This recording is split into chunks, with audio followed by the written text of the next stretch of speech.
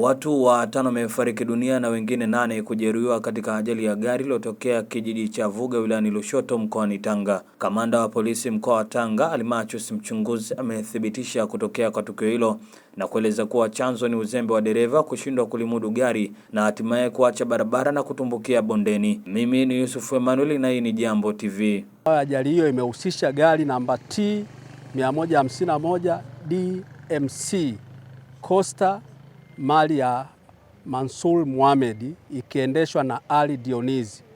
Ajali hiyo imetokea katika eneo hili la Vuga. Gari hilo lilikuwa linatokea maeneo ya Tanga mjini kuelekea Mgwashi.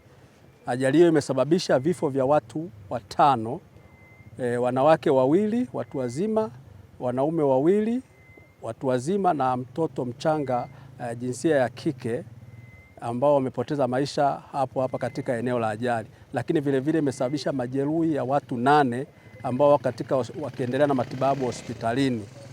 Jeshi la polisi mkoa wa Tanga linatoa wito kwa madereva kuzingatia sheria za usalama barabarani na kuwa makini wanapokuwa barabarani ili kuweza kuzuia ajali ambazo zinaepukika.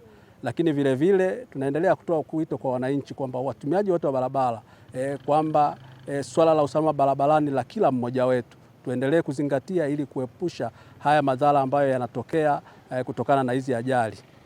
Asanteni.